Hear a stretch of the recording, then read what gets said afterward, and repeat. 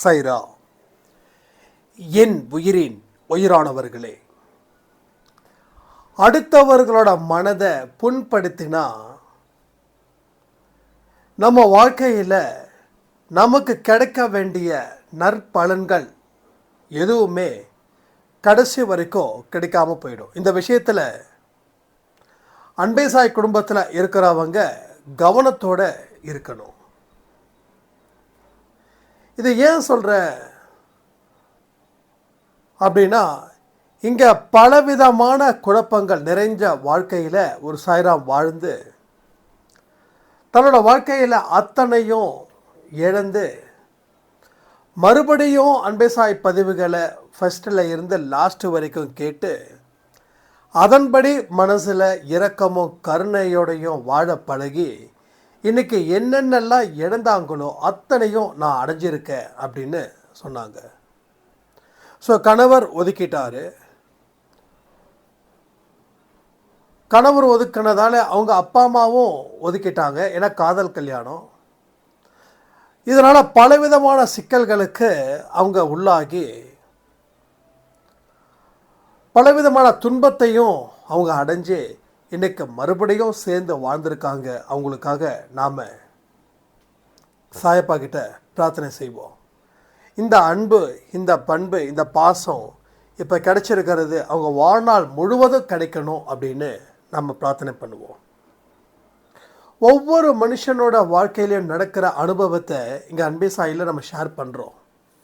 எதுக்காக? இந்த விஷயத்தை நான் மட்டும் வச்சுக்கிட்டா போதுமா? அதில் நம்ம சாதிச்சிட முடியுமா? அப்போ எனக்கு தெரிஞ்ச விஷயத்தை உங்ககிட்ட சொன்னால் உங்களுக்கும் பல இடத்துல இந்த வார்த்தைகள் பயன் தரும். ஸோ நான் அடிக்கடி சொல்லியிருக்கேன், எண்ணங்களில் அழகுபடுத்தினா போதும், வாழ்க்கையும் அழகாக இருக்கும். ஒரு சாய்ராம் சொன்னாங்க, என்னோடய உருவம் ரொம்ப மோசமாக இருக்குது, கேலியும் கிண்டலும் பண்ணி நான் வெட்கப்பட்டு வேதனைப்பட்டு இருக்கிறேன் அப்படின்னு 2 நாளைக்கு முன்னாடி ஒரு ஆடியோவில் அனுப்பியிருந்தாங்க. அவங்களுக்கு ஒரே விஷயத்த சொல்கிறேன், அழியக்கூடியது இந்த சரீரம், அழிவில்லாதது இந்த ஆன்மா.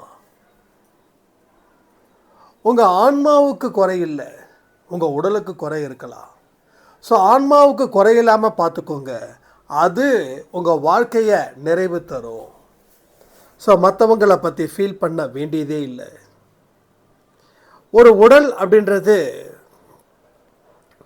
இந்த சரீரம் அப்படின்றது ஏதோ ஒரு சில விஷயத்துக்கு தான் பயன்படுதே தவிர வாழ்க்கையில் சாதிக்கணும் அப்படின்ற ஒரு இடத்துக்கு இந்த சரீரம் 2வது தான். மனசு அண்டு புத்தி, எண்ணங்கள், இதுதான் வாழ்க்கைக்கு மிக மிக தேவைப்படக்கூடிய ஒரு விஷயமா இருக்குது. ஆனால் இந்த சரீரம் இப்படி இருக்குதே, யாரும் நம்ம மதிக்கலையே அப்படின்னு நினைக்காதீங்க. ஏன்னா ஒரு காலத்தில் இதுவும் மண்ணுக்கு தான் போக போகுது. ஸோ என்னைக்கா ஒரு நாள் இது மண்ணுக்கு தான் போக போகுதுன்ற நினைப்பை வச்சுக்கிட்டு இந்த சரீரத்துக்கு நீங்கள் அதிகமான முக்கியத்துவம் கொடுக்காதீங்க. அப்போ எதுக்கு கொடுக்கணும்? உள்ளுக்குள்ளே இருக்கக்கூடிய எண்ணங்களை நாம் சரியான முறையில் வடிவமைக்கணும். எந்த இடத்துல நேர்மறை எண்ணங்கள் அதிகமாக இருக்குதோ அங்கேயே கடவுள் இருக்கிறார். எங்கே எதிர்மறை எண்ணங்கள் அதிகமாக இருக்குதோ அங்கே கடவுள் இருப்பதே இல்லை. கடவுள் பல இடத்துல உங்களுக்கு வழிகாட்டுறாரு. ஆனால் நீங்களோ அந்த வழியை மறுக்கிறீங்க, இல்லை அது தெரியாத மாதிரி இருந்துக்கிறீங்க. இது மூலமாக வரக்கூடிய பிரச்சனைகளையும் நீங்கள் ஃபேஸ் பண்ணிக்கிட்டு இருக்கீங்க. அப்போ உங்கள் லைஃப்பில் யார் என்ன எதை பற்றி நம்ம பேசியிருந்தாலும் சரி, அதுக்கு நாம் வருத்தப்பட வேண்டிய அவசியமே இல்லை. ஏன்னா உங்களுடைய பயணம் இந்த மாயை உலகத்தை நோக்கி இல்லை, கடவுளுடைய பாதையை நோக்கியும் உங்கள் கர்மாக்களை கழிப்பதற்கு உண்டான வழிகளுக்காகவும் தான் உங்கள் வாழ்க்கை நடக்குதுன்றதை மட்டும் நீங்கள் மறக்கக்கூடாது. லைஃப்பில் நிறைய நல்ல விஷயங்களை நம்ம தொடர்ந்து செய்யணும். முதல்ல நாம் நமக்கு நல்லது செய்கிறோமா அப்படின்றதுல தான் நம்ம குறியாக இருக்கணும். கஷ்டப்படுத்தக்கூடிய எந்த ஒரு விஷயத்தையும் நம்ம தொடர்ந்து செய்யவே கூடாது. செய்ய ஆரம்பிச்சிட்டோம் அப்படின்னா நம்ம வாழ்க்கையில் இன்னமும் பல நெருக்கடிகளை நாம் சந்திக்க வேண்டிய நேரத்துக்கு ஆளாவோம். அப்போ எதை பற்றியும் கவலைப்பட வேண்டாமா? எஸ். எதுக்காக கவலைப்படணும்? ஒரு நாளையும் நம்ம வீணாக்குறோமே, இதுக்காக கவலைப்படுங்க. அப்போ இதுக்காக கவலைப்பட்டுகிட்டே இருக்கணுமா? அதுவும் தேவையில்லை. ஏன் கவலைப்படுறீங்க? இந்த நாளை வீணாக்கலைன்னு, இந்த நாளை வீணாக்குறோன்னு சொல்லி கவலைப்படுறோம். அப்போ இந்த நாளை வீணாக்காமல் இருந்தால் கவலைப்பட மாட்டோம். அப்போ என்ன பண்ணணும்? இந்த நாளை பயனுள்ள நாளாக நாம் அமைச்சிக்கணும். ஸோ வாழ்க்கைன்றது அங்கே தான் இருக்கே தவிர வேறு எங்கேயுமே இல்லை. உங்கள் வாழ்க்கையை மாற்ற வந்தவர் தான் சாயப்பா. அந்த மாற்றத்தை நீங்கள் விரும்ப ஆரம்பிச்சிட்டா இங்கே பிரச்சனையே தீர்ந்தது. ஏன்னா அவர் ஒரு மாற்றத்தை ஏற்படுத்தி தான் உங்கள் வாழ்க்கையில் அடுத்த இடத்துக்கு கொண்டு போகணும் நினைக்கிற இடத்துல அவரும் மாற்றமே வேண்டாம், நான் எந்த வாழ்க்கையையும் முடிவு பண்ணக்கூடிய இடத்துல நான் இல்லை அப்படின்னு நினைக்கிற இடத்துல நீங்களும் இருக்கிறதால தான் எதிர்மறை கருத்துக்கள் 2 இடத்துலையும் உருவாகுது. இப்போ ஒரு கணவனும் மனைவியும் நேர்மறையாக இருந்தாங்க அப்படின்னா பிரச்சனை இல்லை. இப்போ கணவன் எஸ்ன்னு சொன்னால் மனைவி நோன்னு சொல்லியும், மனைவி நோன்னு சொன்னால் கணவன் எஸ்ன்னு சொல்லியும் இந்த மாதிரியான வாழ்க்கை வாழ்ந்தால் எந்த முடிவும் எடுக்கப்படாமல் போயிடும். எடுக்கப்படாத எந்த ஒரு முடிவும் வாழ்க்கையில் தோல்வின்னு நம்ம அன்பே சாயில் தெளிவாக சொல்லியிருக்கோம். ஸோ முடிவு எடுக்கலை, நீ வாழ்க்கையில் ஜெயிக்கவே இல்லை. நீ முடிவு எடுத்துட்ட, அங்கே நீ தோத்தா கூட நீ ஜெயிப்ப. ஆனால் முடிவே எடுக்கலை, உனக்கு பயம். ஏன் முடிவு எடுக்கலை? வாழ்க்கைன்றது ஒரு வட்டத்துக்குள்ளேயே நீ உருவாக்கிக்கிட்ட. அந்த வட்டத்துக்கு அந்தாண்ட போக முயற்சி பண்ணலை. அப்போ இதே வட்டத்துக்குள்ளே நீ வாழ்ந்துக்கிட்டு இருக்க. ஏன்னா உன் கடந்த காலத்தில் ஏற்பட்ட பயத்தின் காரணமாக நீ அந்த வட்டத்தை தாண்டலை. உன் வாழ்க்கையை வெற்றி பெறணும்னு நினைக்கிற, ஆனால் தோத்துக்கிட்டே இருக்க இதே வட்டத்துக்குள்ளே உட்காந்து. ஸோ பயத்தின் அடிப்படையிலேயே நாம் முடிவெடுக்காமல் இருக்கோம்.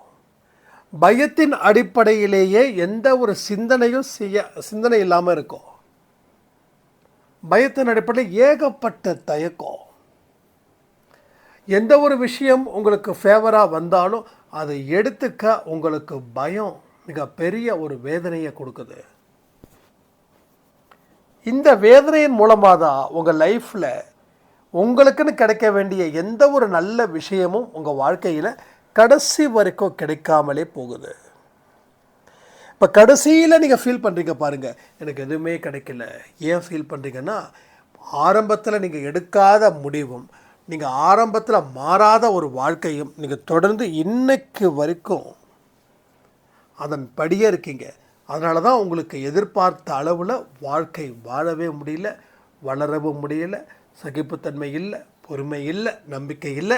இன்னும் எந்தெந்த நல்ல விஷயங்கள் எல்லாம் இருக்கோ அத்தனை நல்ல விஷயங்களும் உங்களை விட்டுட்டு விலகி போயிடுச்சு. இது மாதிரி நிறைய சாய்ராம்கிட்ட கேட்டேன், ஏன் நீங்கள் இன்னமும் வாழ்க்கையில் சேஞ்ச் ஆகலை, அன்பே சாயில் சொல்லக்கூடிய விஷயங்கள் உங்களுக்கு புரியுதா அப்படின்னு கேட்கும்போது புரியுது அப்படின்னு தெளிவாக சொல்கிறாங்க. ஏன்னா நாம் அந்நிய மொழியில் பேசலை, நாம் தமிழில் தான் பேசுகிறோம். நான் சுத்த தமிழில் பேசுகிறேன்னா, இல்லை சுத்தமான இங்கிலீஷில் பேசுகிறேன்னா, எனக்கு சுத்த தமிழும் தெரியாது, சுத்தமான இங்கிலீஷும் தெரியாது. என்னமோ பேசுகிறோம், பழகணும், பேசுகிறோம். அப்போ ஏன் இந்த முடிவெடுக்க தயங்குறீங்க அப்படின்னா, முடிவு எடுக்கவே பயமாக இருக்குதுன்னு சொல்கிறாங்க. அப்போ கடவுள் மேலே நம்பிக்கை இல்லையானா அது எப்படி கடவுள் மேலே நம்பிக்கை இல்லாமல் இருக்க முடியும்? அப்போ கடவுள் மேலே நம்பிக்கை இருந்தும் ஏன் முடிவெடுக்க தயங்குறீங்கன்னா, உங்கள் மனசுக்குள்ளே இருக்கக்கூடிய பயம். அப்போ என்ன பிரச்சனை ஸ்டார்ட் ஆகுது? உன் மனசில் எழுந்த அவநம்பிக்கை, அது கொஞ்சம் கொஞ்சமாக சேர்த்து அது பெரிய மலை மாதிரி ஆயிடுச்சு. இப்போ இந்த மலையை தள்ளிவிட முடியாது. இந்த மலையை எடுக்கணும்னா அது ஏகப்பட்ட வேலைகள் செய்யணும். அப்போ இந்த மலையை எடுக்கணும்னா பக்குவமான முறையில் அந்த மலையை நம்ம பெயர்த்தெடுக்கணும். இது சாத்தியமா அப்படின்னு கேட்டால், யார் யாருக்கெல்லாம் முடியும்னு நம்புறீங்களோ அத்தனை பேருக்கும் இது முடியும். யார் யாரெல்லாம் முடியாதுன்னு நினைக்கிறீங்களோ யார் ஒருவருக்கும் இது முடியாமலே போயிடும். எல்லாமே வந்து உங்களை டிபெண்ட் பண்ணி தான் இருக்குது. நீங்கள் எடுக்கிறது தான் எல்லாமே. முடியும்னா முடியும், முடியாதுன்னா முடியாது. அப்போ வாழ்க்கையில் எல்லா இடத்துலையும் நாம் என்ன இருக்கோம்? நம்ம அறிவை பயன்படுத்தலை, மனசையும் பயன்படுத்தலை, எதையுமே பயன்படுத்தலை. சும்மா வெட்டியாக பொழுத கழிக்க வேண்டிய நிலையில் இருக்கும். நாம் அப்படிப்பட்ட மனிதர்களா? யோசிச்சு பாருங்கள். இப்போது கடவுள் சொல்கிறாரு, இதை நம்பி நீ ஆரம்பி, உன் வாழ்க்கையில் எல்லாமே உனக்கு கிடைக்கும் அப்படின்னா நீங்கள் ஆரம்பிக்க மாட்டிங்களா என்ன? ஸோ ஆரம்பிப்போம். எல்லாமே ஒர்க் பண்ண தயாராக இருக்கும். யாருமே இங்கே ஒர்க் பண்ண நான் தயாராக இல்லைன்னு சொல்ல முடியாது. ஏன்னா சாயப்பா கிட்ட வந்ததுக்கப்புறம் எல்லோருடைய வாழ்க்கையிலையும் உயர்வு கிடைக்குன்றதை பரிபூர்ணமாக நம்ம நம்புகிறோம். அப்போது அவருடைய ஒரு வார்த்தைக்காகவும் நம்ம காத்துக்கிட்டு இருக்கோம். அப்போ அவர் என்ன சொன்னாலும் நம்ம கேட்குறோம். ஆனால் ஏன் கேட்கலன்னா உங்களுக்குள்ள ஒரு பயம். சாயப்பா நேரடியாக வந்து சொல்லலையே, நீங்கள் தானே சொல்கிறீங்க, நீங்கள் சொல்கிறது சாயப்பா சொல்கிற மாதிரி இருக்குன்றது என்ன நிச்சயம்னு ஒவ்வொரு மனுஷனை நம்ம சந்தேகப்படுறோம். இதுக்காக நான் தப்பு சொல்ல மாட்டேன், இதுக்காக நான் 100% தப்பு சொல்ல மாட்டேன். ஏன் தப்பு சொல்ல மாட்டேன்னா மனுஷனுடைய இயல்பு அது மாதிரி. ஆனால் ஒரு விஷயத்தை நீங்கள் சிந்திக்க ஆரம்பித்து பாருங்களேன். எந்த ஒரு விஷயமா இருக்கட்டும், நீங்கள் சிந்திக்க பழகினாதான் அதில் இருக்கக்கூடிய நல்ல விஷயங்கள் உங்கள் காதுக்கு வரும், உங்கள் மனசுக்கு போகும். அதுக்கப்புறம் உங்கள் புத்திக்கு போய் புத்தி செயல் ரூபமாக ஆர்டர் பண்ண ஆரம்பிச்சிடும். இதை நீ பண்ணு, அதை நீ பண்ணு அப்படின்னு. ஸோ இந்த மாதிரி தான் நம்ம யோசிக்கணும். அதனால தான் அடிக்கடி சொல்லுவேன், அன்பே சாயில் ஆடியோவை கேட்டால் மட்டும் பத்தாது, கேட்குறத ஒரு நிமிஷமும் மனசில் நிறுத்தி அதில் இருக்கக்கூடிய விஷயங்களை கொஞ்சம் யோசிச்சு நிதானிச்சு நீங்கள் செயல்படுங்க. ஆடியோவை கேட்குறதுல விஷயமே இல்லை. மற்றவங்களோட கம்பேர் பண்ணும்போது கேட்குறதுல ஓகே இம்பார்ட்டன்ட் இருக்குது. ஆனால் அது போதுமா? நான் 5வது பாஸ் ஆகிட்டேன், 5வது அவன் ஃபெயில் ஆகிட்டான், இப்போ 6வதுல இருக்கக்கூடிய சப்ஜெக்டை நான் படிக்காமல் 5வதுல இருக்கக்கூடிய சப்ஜெக்டே படிக்கிறதுக்கு நமக்கு நேரம் போதுமா என்ன? அப்போ ஒரு வருஷமும் ஒரு படிப்பு. அதே போல் ஒரு வயசு ஏற ஏற என்ன நீ கற்றுக்கிட்ட வாழ்க்கையில்? கற்றுக்கிட்டதெல்லாம் எதெல்லாம் செயல்படுத்தின? இப்போ நான் உங்ககிட்ட கேள்வி கேட்குறேன், அன்பே சாயில் சொன்னதை எதை நீங்கள் கற்றுக்கிட்டீங்க? கற்றுக்கிட்டதை எதை பயன்படுத்தினீங்க? பயன்படுத்தி என்ன சாதிச்சிங்க? கமெண்டில் கமெண்ட் பண்ணுங்கள். ரொம்ப டீட்டெயிலாலாம் வேண்டாம். அட் ப்ரெசண்ட்லி என்ன நீங்கள் சாதிச்சிங்க? இவ்வளோதான் கேட்கக்கூடிய கேள்வி. இல்லை சில பேர் கமெண்ட் பண்ணுறீங்க, சில பேர் எனக்கு ஆடியோ அனுப்புகிறீங்க, ஒன்றும் பிரச்சனை இல்லை. உங்கள் சாய்ஸ் எது வேணாலும் பண்ணுங்கள். கமெண்ட்டில் கேட்டாலும் சரி, கொடுத்தாலும் சரி, இல்லை என்கிட்ட சொன்னாலும் சரி, நான் திருப்பி உங்ககிட்ட தான் சொல்ல போகிறேன் அடுத்த ஆடியோவில். அப்போது எல்லா விஷயத்தையும் நாம் முயற்சி பண்ணுறோமா? இல்லை, 10% முயற்சி பண்ணுறோம், மீதி 90% முயற்சி பண்ணலை. அந்த 90% நீங்கள் முயற்சி பண்ணிங்கன்னா உங்கள் வாழ்க்கையில் இப்போவே நீங்கள் ஒரு கோட்டையை கட்டலாம். ஒரு கோட்டையே கட்டலாம். ஒரு குடிசை வீடு நீங்கள் எதிர்பார்த்தீங்க, குடிசை வீடு கிடையாது, உனக்கு கோட்டை. உனக்கு கோட்டை கட்டுவதற்கு உண்டான அத்தனை திறமையும் இருக்குது. நீ நல்லா படிச்சிருக்க, நீ ஒரு கலெக்டராக உட்காரணும், நீ ஏன் பியூனாக உட்காரணும் ஆசைப்படுற? அப்போ யாருக்கு எங்கே ஆசைப்படணும்? நீ படித்த படிப்பு என்ன? கலெக்டர். அப்படி கலெக்டராக இருக்கணும், அதுக்கு தான் நீ படிச்சிருக்க. ஆனால் சாதாரண கிளர்க்காக இருக்கணுன்ற அவசியம் இல்லை. ஏன்னா கிளர்க்குக்கு உண்டான படிப்பை நீ படிச்சிருந்தால் அந்த வேலைக்கு போயிருக்கலாம். ஆனால் அதை தாண்டின படிப்பை படிச்சிருக்க. அதே போல் தான் இங்கே உங்கள் தகுதி எப்படி இருக்குதுன்னா, ஒரு கோட்டையில் உட்கார வைக்கிற மாதிரியான தகுதி உங்களுக்கு இப்போ இருக்குது. ஆனால் நீங்கள் குடிசை பக்கம் திரும்புகிறீங்க, அதுதான் இங்கே பெரிய தவறாக இருக்கு. அப்போ நம்ம மதிப்பை நம்ம என்னன்னு இப்போ வரைக்கும் ஃபீல் பண்ணவே இல்லை. ஒன்று அதிகமாக மதிப்பீடு செய்கிறோம், இல்லை மதிப்பே இல்லைன்னு நினச்சி வாழுறோம். இந்த ரெண்டும் தான் ஒரு மனுஷனுக்கு மிகப்பெரிய ஒரு ஆபத்தை கொடுக்கக்கூடிய ஒரு விஷயமாக அமையுது. ஸோ வாழ்க்கையை தைரியமாக ஃபேஸ் பண்ணுங்கள். உங்கள்கிட்ட உண்மையும் சத்தியமும் அன்பும் இரக்கமும் இருக்கிற வரைக்கும் உங்களை யாராலையும் அசைச்சு பார்க்க முடியாதுன்ற ஒரு உண்மையை நீங்கள் உணர்ந்து கொள்ளுங்கள். இது மூலமாக வரக்கூடிய துன்பங்கள் அத்தனையும் இன்பமாக மாறுன்றதையும் நான் ஒரு பாயிண்ட்டை சொல்லிடுறேன். உண்மையாக இருந்தால் பிரச்சனை வருமா? யார் சொன்னாங்க? அன்பு வச்சா பிரச்சனை வருமா? யார் சொன்னாங்க? வருது அப்படின்னா அதுக்கு காரணம் நம்ம வைக்கிற அன்பு சரியில்லைன்னு அர்த்தம். சரியில்லாத அன்பு தான் வாழ்க்கையில் பல கஷ்டத்தை கொடுக்குது. அப்போ இதை தூக்கி போட்டுட்டு ஒரு சரியான திசையில் போவதற்கு உண்டான மனநிலையை நம்ம வைக்க ஆரம்பிச்சிட்டோன்னா நாம் எந்த விதமான கருத்துக்களையும் மோசமானதை நல்லதுன்னும் நல்லதை மோசமானதுன்னும் வாயை திறந்து நாம் சொல்லவே மாட்டோம். இது 100க்கு 100 நடக்குது ஒவ்வொரு மனுஷனோட வாழ்க்கையிலையும்.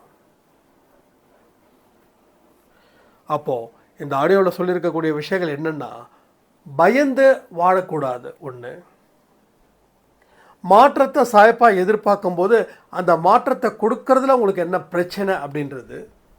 மூணாவது, அன்பே சாயில் சொல்லக்கூடிய விஷயத்தை நீங்கள் கேட்டால் மட்டும் பத்தாது, அது உள்ளே இறங்கி ஆழமாக அதை மதிப்பீடு செய்து அதில் நீங்கள் நிறைய கற்றுக்கிட்டு அதில் நீங்கள் நிறைய தெரிஞ்சுக்கிட்டு அதற்கு தகுந்த மாதிரியான வாழ்க்கை முறையை நீங்கள் வாழணும். இதுதான் அன்பே சாயில் சொல்லக்கூடிய விஷயங்கள். இதை நீங்கள் இத்தனை நாள் செஞ்சீங்களா செய்யலையா நான் கேள்விகள் கேட்கல. இனிமே செய்வீங்களா செய்ய மாட்டீங்களான்ற கேள்வியை மட்டும்தான் நான் கேட்குறேன். ஆனால் நிச்சயமாக சொல்கிறேன், வாழ்க்கையில் ஒரு மிகப்பெரிய ஒரு வெற்றி நமக்கு இருக்குதுன்றது மட்டும் உண்மை. இதை தாண்டின சக்தி வேறு எதுவுமே இல்லை. அதே போல் இன்னொரு சாய்ராம் இன்னொரு கேள்வி கேட்டிருந்தாங்க, எனக்கெல்லாம் யாருமே இல்லைங்க, எனக்கு யாருமே இல்லை, என் வாழ்க்கை ஒரு மோசமான இடத்துக்கு போயிட்டுருக்குது. இதை பற்றி நம்ம நிறைய ஆடியோஸ் கொடுத்துருக்கோம். இருந்தாலும் சொல்கிறேன், யாருமே இல்லைன்னு நீங்கள் நம்புறீங்களா? நீங்கள் ஒரே பார்வையில் பார்த்தீங்கன்னா நீங்கள் எதை மனசில் வச்சு பார்க்குறீங்களோ அதுதான் உங்களுக்கு தெரியும். ஏன்னா கற்பனையான ஒரு உருவத்தை நம்மளால் கண்டிப்பாக அலங்கரிக்க முடியும். ஒரு டைம் ஞாபகம் இருக்கா, சாயப்பா நிலாவில் இருக்கிறாருன்னு சொல்லி பெரிய அளவில் வைரலாச்சு. உண்மையிலே ஒரு நிலாவில் இருக்காரா? தூணிலும் இருப்பார், துரும்பிலும் இருப்பார் இல்லையா? அப்போ நிலாவில் அவர் இருக்காரா? என்கிட்ட நிறைய பேர் கேட்டாங்க, இதை ஷேர் பண்ணுங்கன்னாங்க. நான் ஒரே வார்த்தை தான் சொன்னேன், இல்லைங்க அப்படின்னு. அப்போ நீங்கள் சாயப்பாவை நம்பலையான்னு கேட்டாங்க. சாயப்பாவை முழுக்க முழுக்க நம்புகிறேன், ஆனால் இந்த மாதிரி மூட நம்பிக்கை இல்லைல்ல, நான் நம்பிக்கை இல்லை. அப்போது பாருங்கள், அதான் கண், இதான் மூக்கு, இதான் இதுன்னு. அப்போ இதே போல தான் நம்ம சின்ன வயசில் நம்ம அம்மா அப்பா என்ன சொன்னாங்க, நிலாவில் பாட்டி வடை சுட்டுட்ருக்காங்க பார்த்தியா பாட்டியேன்னு. அப்போ நாம் எதை நினச்சி அந்த நிலாவை பார்க்குறோமோ அது அதுவாக மாறும். ஏன்னா ஒவ்வொரு மனநிலை அதை பொறுத்து தான்.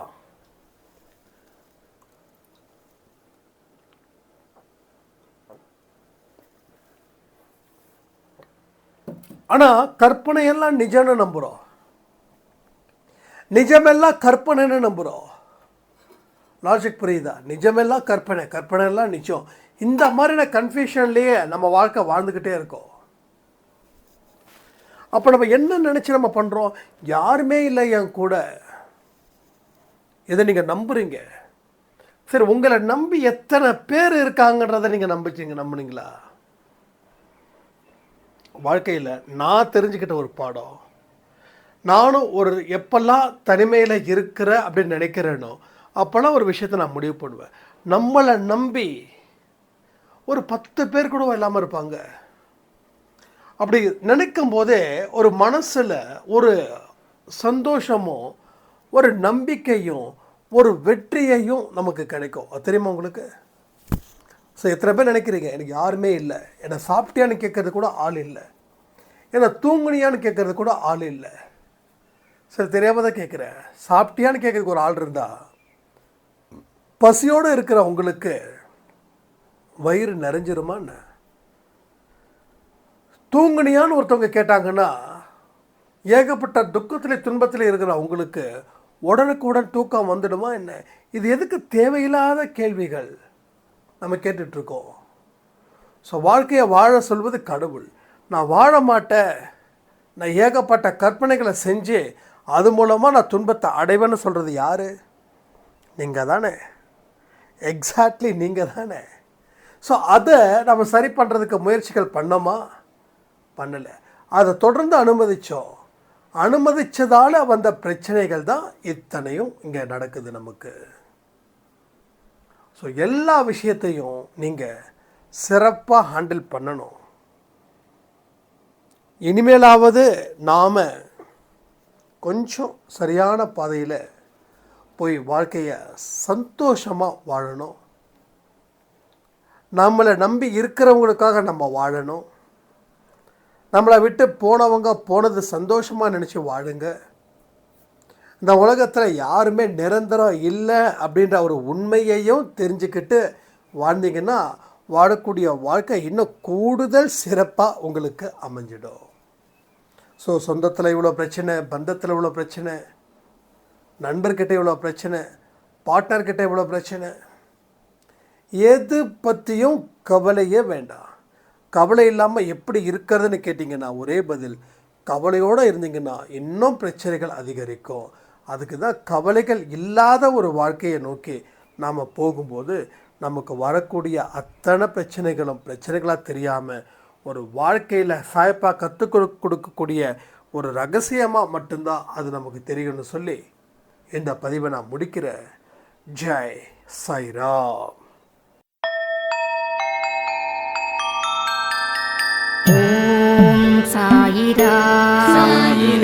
ஓம் சாயிராம்.